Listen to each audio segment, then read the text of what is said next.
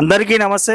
నేను Saide Mamidi S mic channel. So Telangana రాష్ట్ర వ్యాప్తంగా మున్సిపల్ ఎన్నికల ప్రచారం అనేది హోరాహోరు జరుగుతుంది. సో ఆ సందర్భంగానే సూర్యాపేట నియోజకవర్గం సూర్యాపేట పట్టణం 40వ వార్డుకు సంబంధించి బీజేపీ పార్టీ అభ్యర్థి పొలగాను ధనుంజయ్ గౌడ్ అన్నగారి దగ్గరికి రావడం జరిగింది. సో అన్నగారితో మాట్లాడించే ప్రయత్నం చేద్దాము. అన్నగారికి 47వ వార్డు ప్రజల నుంచి ఎలాంటి స్పందన వస్తుంది, ఎలాంటి సపోర్ట్ వస్తుందో అన్నగారి మాటల్లోనే అడిగి తెలుసుకుందాము. అన్న నమస్తేనే. నమస్తే అండి. అన్న బాగున్నారా? బాగున్నా అన్న. నిజంగా నేను ఎక్స్పెక్ట్ చేయలేదు వాస్తవానికి. ఎనీవే ఆల్ ద బెస్ట్ అన్న. Thank you. సో ఎట్లా ఉందన్న 47 వార్డు నుంచి అని మీరు బీజేపీ అభ్యర్థిగా పోటీ చేస్తున్నారు కదా, ప్రజల నుంచి ఎలాంటి స్పందన వస్తుంది? నాకు మంచి స్పందన వస్తుందండి. ఎందుకంటే నేను గతంలో ఇదే ప్రాంతం నుంచి నా విద్యార్థి దశ నుంచి కూడా నేను నాయకత్వం వహిస్తున్నాను. గతంలో 95వ సంవత్సరంలో 1995 లో ఇదే ప్రాంతం నుంచి మా అమ్మమ్మ గారు అయిన అనంతర సాయమ్మ గారు, అప్పుడు మేము ఇండిపెండెంట్ అభ్యర్థిగా పోటీ చేయడం జరిగింది. మా అమ్మమ్మ గారు ఎద్దు గుర్తుపై అప్పుడు కాంగ్రెస్ పార్టీ ఉండే. కాంగ్రెస్ పార్టీకి మాకు 14 ఓట్ల తేడాతోటి మేము ఓడిపోవడం జరిగింది 1995 లో. తర్వాత 2000 లో ఇదే ప్రాంతంలో అప్పుడు ఎలక్షన్ లో మేము కొంచెం ఆర్థిక పరిస్థితి బాగాలేక పోటీ చేయలేదు. మళ్ళీ 2005 ఎన్నికల్లో నేను కాంగ్రెస్ పార్టీలో ఉన్నాను. అప్పుడు కాంగ్రెస్ పార్టీ నుంచి టికెట్ ఆశించాను, కానీ అప్పుడు కాంగ్రెస్ పార్టీ నాకు టికెట్ ఇవ్వలేదు. అప్పుడు పెండెం చంద్రశేఖర్ గారని మాజీ వైస్ చైర్మన్ ఉండే, పలుకుబడి ఉండే, ఆయనకు డబ్బులు చాలా ఉండే, ఆయనకు టికెట్ ఇచ్చిర్రు. యువకునైనా నాకు ఫైరవులు జరగలేదు. ఆ పార్టీలో నాకు ఎవరు టికెట్ గురించి రికమెండేషన్ చేయలేదు, కాబట్టి నాకు టికెట్ నిరాకరించారు. కావున నేనేం చేశాను, ప్రజలు ఇదే ప్రాంతంలో ప్రజలు, నేను ఇన్నే పుట్టి పెరిగినాను, ఇదే ప్రాంతంలో నేను స్కూలు విద్యార్థి దశ నుంచి కూడా ఇదే ప్రాంతంలో ఉన్నాను. కృపానియం స్కూల్లో చదివినాను 1 to 7th. కాబట్టి నాకు ఇక్కడ ఉన్న ప్రాంత ప్రజలతో చాలా అవినాభావ సంబంధాలు ఉన్నాయి. కాబట్టి వాళ్ళు నన్ను అవసరమైతే ఇండిపెండెంట్ గా పోటీ చేయి, మేము నేను గెలిపిస్తామని మాట ఇచ్చిర్రు. నేను 2005 లో అదే స్పీడ్ తోటి పోటీ చేశాను. అదే విధంగా ఇక్కడ ఉన్న ప్రాంత ప్రజలు నాకు మంచి ఒక ఓటు మెజార్టీ కూడా ఇచ్చారు. ఇండిపెండెంట్ నాది కళ్ళజోడు గుర్తు, ఒక ఓటు తోటి గెలిచాను. గెలిచిన దాన్ని ఏం చేసిరు, అధికార పార్టీ కాంగ్రెస్ వాళ్ళు, నేను చిన్న పిల్లగాని, నాకు అది పార్టీ అండదండలు లేవు, నేను ఇండిపెండెంట్ అభ్యర్థిని. అప్పుడు నా వయసు నాకు 23-24 ఏళ్ళు ఉండే, రాజకీయం కూడా పెద్ద తెలియదు. ఏమైనా ప్రజలకు దగ్గర ఉండడం, నాకు ఫ్రెండ్షిప్ ఉండడం ఇక్కడ వాళ్ళతో, కానీ నాకు రాజకీయం గురించి పెద్ద తెలియదు.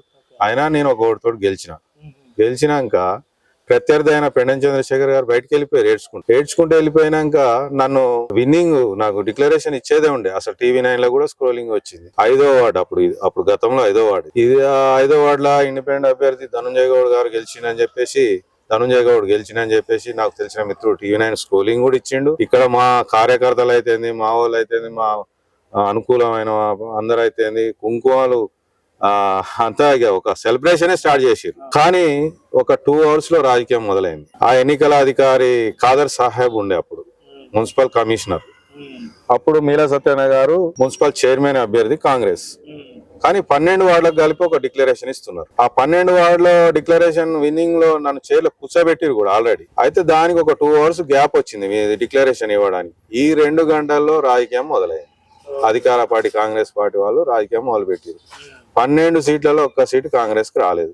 కాబట్టి చైర్మన్ పదవికి అసలు వస్తట్టుందని చెప్పి నాకు తెలిసి 5 లక్షలు 10 లక్షలు ఖాదర్ సాహెబ్ గారు, ఎన్నికల రిటర్నింగ్ అధికారి, మున్సిపల్ కమిషనర్, అప్పుడు ఆయనతోటి బేరసారాలు నడిచినాయి. మీలా సత్యనారాయణ గారు పలుకుబడి ఉండే కాంగ్రెస్ పార్టీలో, బేరసారాలు నడిచి ఇదే సహస్ర స్కూల్, అప్పుడు పెండెం చంద్రశేఖర్ గారు ఇల్లు ఇదే ఉండే. అందులో మన రాజబదూరు వెంకటరామరెడ్డి గారని గవర్నమెంట్ టీచర్ ఉండే, ఆయన ప్రైవేట్ స్కూల్ పెట్టి నడిపిస్తుండే. అందులో ఆయనది అప్పటికప్పుడు పోస్టల్ బ్యాలెట్ తీసుకొచ్చి అందులో యాడ్ చేసి నేను ఒక ఓటుతో గెలిచిన దాన్ని ఈక్వల్ చేసి దాన్ని ఏమన్నారు, డ్రా సిస్టమ్ అని పెట్టారు. ఆ డ్రాలో కూడా పచ్చి మోసం. నా కళ్ళ ముంగలే అన్యాయం చేస్తున్నాను. చిన్న పిల్లగాని, నాకు అధికారులు అండదండలు లేవు. అప్పుడు గన్నారెడ్డి అని ఇక పెద్ద పెద్ద నాయకులు ఉండే కాంగ్రెస్ పార్టీలో. ఇక నన్ను మాట్లాడిన ఎట్లా నెట్ పడేస్తారు. ఆ రిటర్నింగ్ అధికారి, ఎన్నికల మున్సిపల్ కమిషనర్ ఆయన ఉండే, ఆయన కూడా నా మాట వినే పరిస్థితి లేదు. మేము డ్రా తీస్తాం, నువ్వు ఏడా చెప్పుకుంటో చెప్పు. సరే, డ్రా కూడా న్యాయంగా తీస్తే ఓకే, కానీ అది న్యాయం కాదు, పచ్చి మోసం. ఏం చేసిరంటే 2 చిట్టీలు తీసుకురు సార్. ఒక చిట్టి మీద పెండెం చంద్రశేఖర్ అని రాసి, ఇంకో చిట్టి మీద పొలగాని ధనుంజయ్ గౌడ్ అని రాసి మాకు చూయించిరు. ఇద్దరు అభ్యర్థులు చూయించి ఆడ ఏం చేసిరంటే రాజకీయము, ఒక చిట్టి పెద్దగా మలిచిండు, ఒక చిట్టి చిన్నగా మలిచిండు. పెద్దగా మలిచిన చిట్టి పెండెం చంద్రశేఖర్ది. నేను చూస్తూనే ఉన్నా. ఇదేందండి అన్యాయం అంటే మాట్లాడేది లేదు. అధికార పార్టీ, నువ్వు మాట్లాడలేదు, నువ్వు ఏం చేసుకుంటా పో, నువ్వు ఎవరు చెప్పుకుంటో చెప్పుకోపో, మా అధికారం ఇది అని కమిషనర్, ఎన్నికల అధికారి ఆయన అనడం, నన్ను ఎదరగొట్టడం జరిగింది. సరే ఏం కానీ నేనేం చేయలేని పరిస్థితిలో అదేం చేసిరు, ఆ 2 చిట్టీలు కూడా ఒక కెన్లీ వాటర్ బాటిల్, తాగి పడేసిన బాటిల్ ఇటు అటా పెట్టుంటే దాన్ని తీసుకుండు, అందులో వేసిండు, ఆయన తీసిండు, 2 చిట్టీలు. అన్యాయం చేసి నన్ను ఓడగొట్టిన తర్వాత బయటికి వెళ్ళి వచ్చినాక ఈ పెండం చంద్రశేఖర్ అనే వ్యక్తి మాజీ మున్సిపల్ వైస్ చైర్మన్ మళ్ళీ నా మీద సరే డ్రాల మోసపూరితంగా గెలిచినాక ఇక్కడ ఉన్న వాళ్ళు మంచికో చెడుకో, చిన్న పనికో చితక పనికో, వీధి లైట్లకో మురికాలకో కౌన్సిలర్ అనే వ్యక్తి కాడికి పోవాలి కదా. పోయినప్పుడు ఆయన ఏమంటాడు, మీరెవరు నాకు ఓట్లేదు, మీరు నాకు గడప దొక్కేది, నేను ఇంకోసారి మిమ్మల్ని ఓట్లాడేది, నేను పోటీని చేసేది లేదు అని అంటున్నాడు. అనగానే ఇక నాకు మద్దతు ఇచ్చిన వాళ్ళు చాలా ఇబ్బంది పడుతున్నారు. అనా ఏంది పరిస్థితి నా దగ్గరికి వస్తే, ఏం లేదు మీరు అధైర్యపడొద్దు, నేను ఉంటా రాజకీయాలు, నేను ఓడిపోయినా నన్ను గెలిపించిరు ఒక ఓటుతోటి, అదే స్పిరిట్ తోటి మీకు పనిచేస్తా అని 2005 నుంచి 2010 వరకు, అంటే మున్సిపల్ ఎన్నికలు జరగాలి, 5 ఏళ్ళు ఉంటది కదా, ఈ 5 ఏళ్ల పాటు కూడా నేను నిరంతరం ప్రజల మధ్యలో వండుకుంటూ సేవ చేసుకుంటూ, మంచికైనా చెడుకైనా, ఇప్పుడు వినాయక చవితులు వస్తుంటాయండి, యూత్ వాళ్ళకేంది ఒక కమిటీగా ఉత్సాహంగా ఏర్పడతారు, కమిటీలో వాళ్ళు ఉత్సవాలు చేసుకుంటారు. గెలిచిన పెద్ద మనిషి ఇచ్చే పరిస్థితి లేదు. నా దగ్గరికి వస్తే నా కాడ లేకున్నా నేను బదులో సదులో చేసుకొని విగ్రహాలు ఇప్పించుడు, అన్నదానాలు పెట్టించుడు. ఇదే ప్రాంతంలో రేషన్ కార్డులు ఇప్పించాను, 300 ration card. YS Rajasekhara Reddy గారి పీరియడ్, అప్పుడు కాంగ్రెస్ నడుస్తుంది. నేను మళ్ళీ కాంగ్రెస్ పార్టీలోను జాయిన్ అయినాను, మళ్ళీ ఉత్సాహంగా తిరుగుతున్నాను.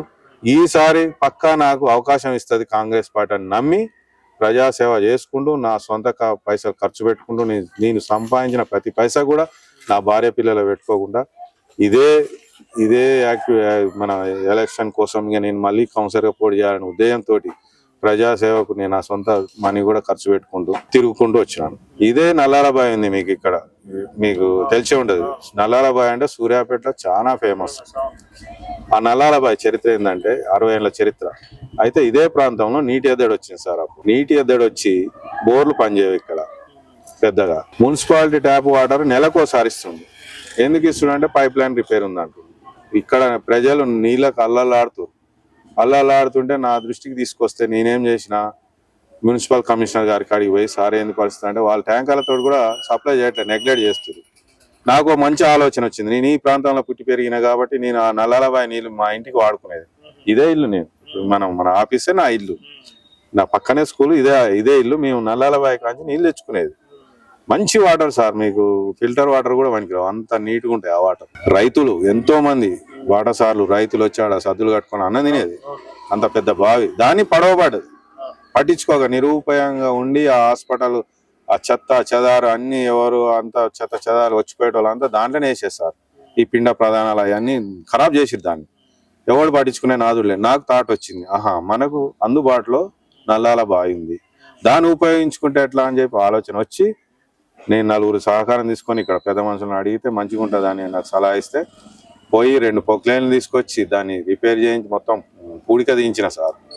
పూడిక తీయించి ఆ రోజులో దాదాపు ₹1,00,000 ఖర్చు. దాని మీద ఇంకా మళ్ళీ చెత్త వేయకుండా మళ్ళీ ఒక గ్రిల్స్ కూడా, మీరు ఇప్పటికి చూడొచ్చు, గ్రిల్స్ కూడా ఏర్పాటు చేసిన. అప్పుడు అన్ని దినపత్రికలలో వచ్చింది ఆ వార్త. మన పత్రికా మిత్రులు నాకు ఫేవర్గా రాసిరు, మంచి పని చేసిరు, మీరు ప్రజాసేవ చేసిరు అని మెచ్చుకొని జిల్లా లెవెల్లో రాసిరు. మంచిగా ఉంది, మంచి పని, జనాలు కూడా హర్షించారు.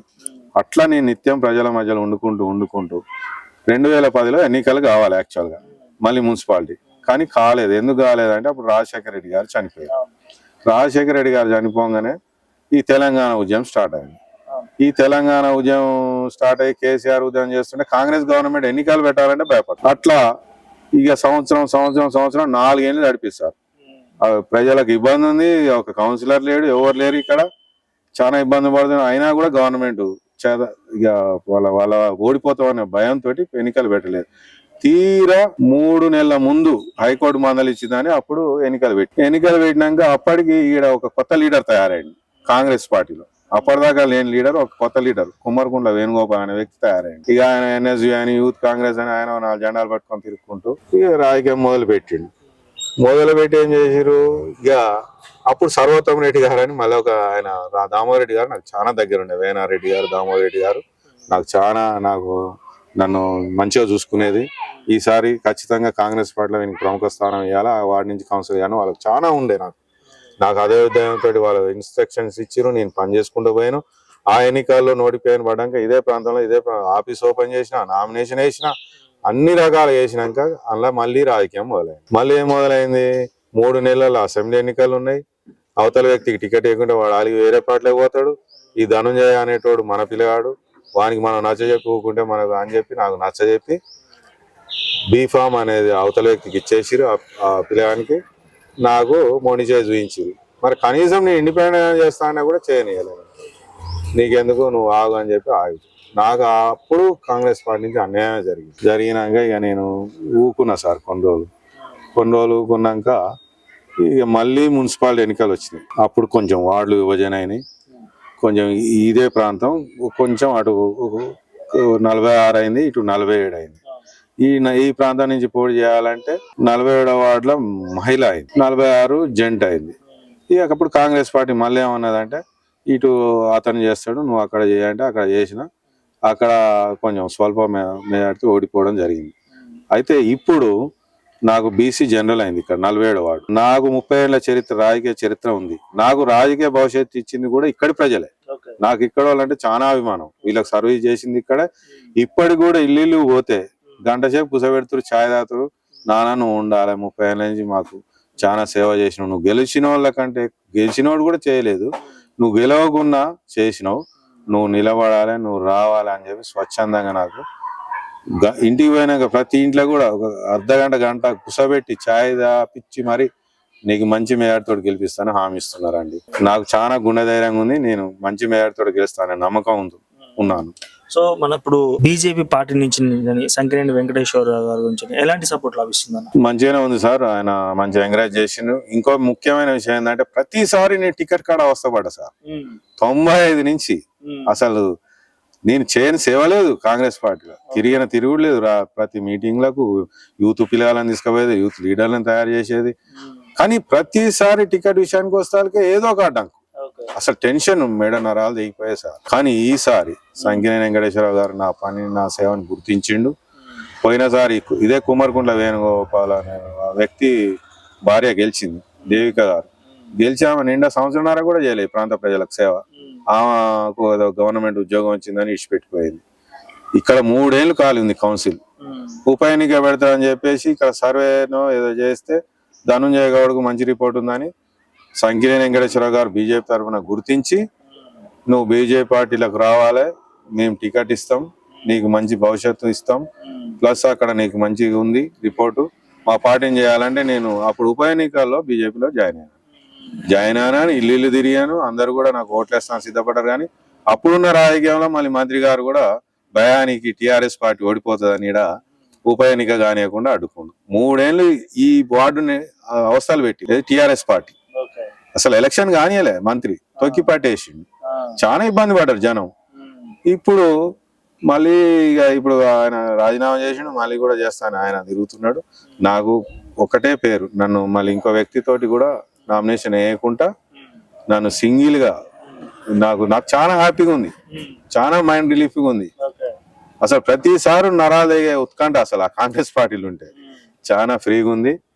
మంచిగా నా పని నేను చేసుకుంటూ పోతున్నా. నేను రోజుకు ఒక 40 మందినో 50 మందినో ఒకసారి కలుసుకుంటున్నా. ఇప్పటి వరకు నేను వార్డులో 2 సార్లు తిరిగినా, అందరికి కలిసిన పూర్తి సహకారం ఉంది. మంచి బీజేపీ పార్టీ కూడా నాకు గుర్తింపు ఇచ్చింది సార్. నాకు సంతోషం. నాకు మంచి భవిష్యత్తు ఉందని కోరుకుంటున్నాను. అన్న ఇప్పుడు మరి ముఖ్యంగా చూసుకున్నట్లయితే కాంగ్రెస్ పార్టీ ప్రధానంగా రాష్ట్రంలో, తెలంగాణ రాష్ట్రంలో అధికారంలో ఉంది. సో కాంగ్రెస్ వాళ్ళు ఏమంటున్నారంటే మేము తెలంగాణ రాష్ట్రంలో మేము అధికారం ఉన్నాం కాబట్టి మేము అభివృద్ధి చేస్తాం, మాకు ఓటు అని అంటున్నారు. బీఆర్ఎస్ పార్టీ వాళ్ళేమో గత 10 సంవత్సరాల నుంచి కూడా సూర్యాపేటలో అభివృద్ధి చేసింది ఎవరంటే బీఆర్ఎస్ పార్టీ అనే నిర్ణయంతో పోతున్నారు. సో బీజేపీ పార్టీ ఏ హామీతో ప్రజల్లోకి వెళ్తున్నారన్న? బీజేపీ పార్టీ నాకు తెలిసి, నేను కాంగ్రెస్ పార్టీలో చాలా ఏళ్ళు పనిచేసినాను, కానీ బీజేపీ పార్టీ ఒక సిద్ధాంతమైన పార్టీ సార్. ఒక హామీ ఇచ్చింది, అడ్డగోలుగా హామీలు ఇవ్వదు. ఒక హామీ ఇచ్చిందంటే దాన్ని నెరవేరుస్తుంది. ఇప్పుడు కాంగ్రెస్ పార్టీ హామీలు ఇచ్చారు, ఉచిత బస్సు అన్నారు, అదన్నారు, ఇదన్నారు. ఏముంది సార్ దానివల్ల? ఎవరికి ఏం ఉపయోగం ఉంది? ఇప్పుడు రేషన్ కార్డు, సన్న బియ్యం రేషన్ ఇస్తున్నారు. అవి ఎవరు ఇస్తారు సార్? బీజేపీ పార్టీ 5 కిలోలు ఇస్తుంది. సెంట్రల్ గవర్నమెంట్ 5 కిలోలు, స్టేట్ గవర్నమెంట్ 1 కిలో. దాని ఫోకస్ కానీ అట్లే బీజేపీ పార్టీ మొత్తం ఇచ్చేది. ఇప్పుడు ఈ రోడ్లు అయినా అయినా మొత్తం బీజేపీ పార్టీ నిధులతోటే వస్తున్నాయి. ఈ కాంగ్రెస్ పార్టీ ఏమి ఇవ్వట్లేదు సార్, మసిపూసి మారేడుకాయ చేస్తుంది జనాన్ని తప్పి. ఇక టిఆర్ఎస్ పార్టీ చూసినాం మంత్రి గారు గతంలో అభివృద్ధి ప్రేరిత ఎన్ని కోట్లు ఫ్రాడ్ నడిచిందో జనాలు అందరికి ఎరికే. ఇంకోటి ఏంటంటే మున్సిపల్ కౌన్సిలర్లు అనేది నామమాత్రమే. పోయినసారి మంత్రి గారి హయాంలో మొత్తం ఆయన ఎవరు ఒక మహిళని చైర్మన్ గాని పెట్టిండు. ఇక ఆమెని మన అందరికీ తెలుసు, నేను చెప్పాల్సిన అవసరం లేదు. ఆమె మరి ఏమైనా సంతకం అన్నట్టే ఉన్నట్టుంది కానీ ఎటువంటి అధికారాలు లేదు. ఆ డిఎస్ఆర్ అనే వ్యక్తి ఎవరు సింగిల్ కాంట్రాక్టర్. ఆయనకు ఎన్ని కోట్ల ఫ్రాడ్ జరిగిందని నేను చెప్పొద్దు, జనాలకు ఎరికే. బీఆర్ఎస్ పార్టీ అట్నే చేసింది, ఇప్పుడు వచ్చిన 2 ఏళ్ల నుంచి కాంగ్రెస్ పార్టీ అట్నే చేస్తుంది. ఉచిత హామీలు అన్నారు, అది ఏమిటి వానికి వస్తాయి సార్. నాకు బీజేపీ పార్టీ సిద్ధాంతం నచ్చింది ఏంటంటే, బీజేపీ అధికారంలోకి వస్తే ఉచిత విద్య, ఉచిత వైద్యం ఈ 2 కావాలి సార్ జనానికి. ఎందుకంటే వైద్యం ఫ్రీగా వస్తే ఆయన ఆరోగ్యం మంచిగా ఉంటే వృక్ష దొక్కునే పనిచేసి భార్య పిల్లల్ని చేస్తారు. విద్య దాన్ని ఒక కట్టడి చేస్తే అడ్డగోలుగా లక్షలు ఫీజు తీసుకుంటారు ప్రైవేట్ మేనేజ్మెంట్. దాన్ని ఒక కట్టడి చేస్తే ప్రజలు సంతోషం పడతారు సార్. ఈ ఉచితాలు అనేది నాకు తెలిసి వ్యర్థం సార్. ప్రజలని సోమరిపోతులు చేస్తారు తప్పితే ఏం లేదు. బీఆర్ఎస్ పార్టీ అట్టే చేస్తుంది, కాంగ్రెస్ పార్టీ అట్టే చేస్తుంది, కానీ బీజేపీ అట్ట కాదు. ఒక మంచి ఎజెండాతో వస్తున్న పార్టీ, మంచిగా రామ మందిరం కట్టింది. జనాలకు ఇక మనం చెప్పాల్సిన అవసరం అందరికీ తెలుసు బీజేపీ పార్టీ. ఇవాళ నేను ఇల్లు తిరుగుతుంటే సార్, అసలు నేను ఉప ఎన్నికప్పుడు తిరిగినప్పుడు చాలా మంది ఇక్కడ కొంతమంది భయపెట్టేది, ఇక్కడ బీజేపీ ఓట్లు ఉన్నాయండి అని అన్నారు. ఎందుకు ఉండవండి? బీజేపీ పార్టీకి ఓటు ఉంది, కానీ దాన్ని మనం బ్యాలెట్ లో మలుచుకునే శక్తి మన దగ్గర ఉండాలి. ప్రతి ఒక్క వ్యక్తి కాడ నేను గమనించిన, బీజేపీ పార్టీకి ఈ రోజు ఓటేయాలని చాలా మంది దృష్టిలో నేను గమనించిన. కాకపోతే మనం దాన్ని మోటివేషన్ చేయాలి, వేయించుకోవాలి. మంచి భవిష్యత్తు సార్. బీజేపీ మంచి ఎజెండా తోటి వస్తుంది. రేపు రానున్న ఇప్పుడు జరగబోయే మున్సిపాలిటీలో కూడా మంచి మేయాడి తోటి మా అభ్యర్థులు చాలా మంది గెలుస్తారు సార్. సో ఓకే అన్న, లాస్ట్ అండ్ ఫైనల్ గా 47వ వార్డు ప్రజలకు ఏం చెప్పదలుచుకుంటున్నారు? నాకు ఈ 47వ వార్డు ప్రజలంటే చాలా అభిమానం సార్. ఎందుకంటే నాకు ప్రధానంగా నాకు ఎందుకు అభిమానం, నాకు చిన్న వయసులో రాజకీయ భవిష్యత్తు ఇచ్చిర్రు, ఒక ఓటుతో గెలిపించిర్రు నన్ను. నేను మధ్యతరగతి కుటుంబంలో కూర్చున్నాను. నేను పైసలు కూడా పెద్ద పెట్టలేదు సార్. నన్ను ఆదరించిర్రు. అవతల వ్యక్తి కోటీశ్వర్లు, మన అధికార బలం ఉన్నోళ్ళు. వాళ్ళని పక్కా పెట్టి నాకు ఒక ఓటుతో గెలిపించారండి. ఇప్పటికి కూడా వాళ్ళని నేను మర్చిపోవట్లేదు. ఇంకా కూడా నన్ను మంచి మెజారిటీతో గెలిస్తే జీవితాంతం నా భార్య పిల్లలు నేను వాళ్ళకి శిరస్సు వంచి నమస్కారం చేస్తా.